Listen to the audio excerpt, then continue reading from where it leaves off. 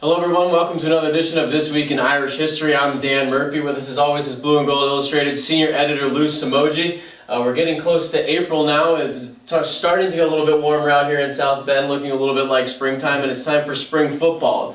This year we're going to go back 50 years to April 8th, 1964, one of the most notable spring footballs of Notre Dame's history. This is Ara Parseghian's first year at Notre Dame, Lou. It was, one of those events that you look back on years later and say, this helped change Notre Dame football so much, because it started April 8th, and what I read in the research there was the situation was blustery and freezing conditions. So some things don't change in South Bend, but there was a big condition there where number one, he made about 12 position changes. Just some tweaks, like Jack Snow had been a halfback who carried 3 times in 1963 when they were 2-7, and a year later he's 5th in the Heisman Trophy balloting, and moves around Pete Duranko from fullback over to linebacker and eventually to defensive line. And another important thing that happened 50 years ago, in May of that year, the NCAA passed that you can play 2 platoons. In other words,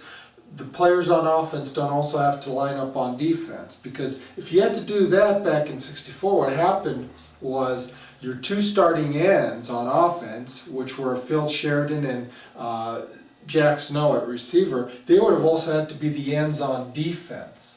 So now instead you can put in this guy named Alan Page as a defensive end. He didn't have to play offense also. He was just recruited the previous year by Hugh DeVore, and freshmen weren't eligible then, but he was becoming a sophomore. And Jim Lynch, in fact, it would be an all-sophomore defensive line. Don Gamitter, Alan Page, Tom Regner, and Kevin Hardy. So it was a great transition time at that time for Notre Dame. So you've got this new coach coming in, making all sorts of position changes. Obviously, a lot of them worked out, but at the time, did people worry about that, or was it a time before people even really knew about those things in the spring? It wasn't as covered there. There wasn't any internet. I think really back then people had subscriptions to the South Bend Tribune, and you waited about 2-3 weeks before they all arrived, and it's like, okay, you get caught up with some things, but yeah, communication was a little bit different back then, as was the whole recruiting cycle.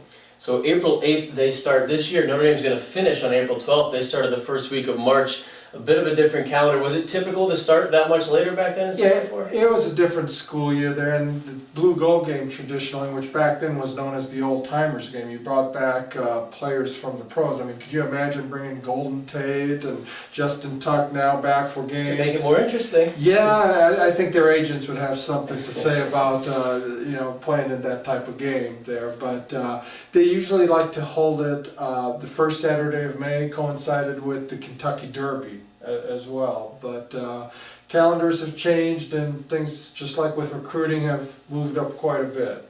What was the most significant change he made that spring that really, maybe it didn't show itself for a little while, but what was the biggest thing that happened then? Well, he decided after the first week of practice that this little-known quarterback, John Ewart, who had not even earned a varsity letter his first 2 seasons and had 1 start, a 7-6 loss to Purdue, he was going to be a starter.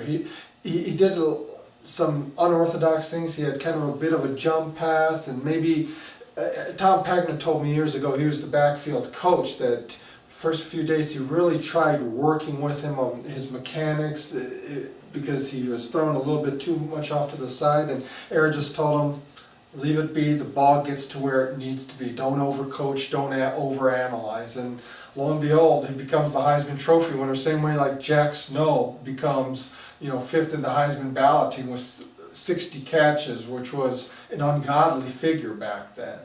Notre Dame's got a few position changes of their own this spring. I don't know if any of them work out quite that well, but at least some optimism there for them too. But I think that's going to do it for us on this edition of this month in Irish History. Thanks for joining us, and we'll be back next month.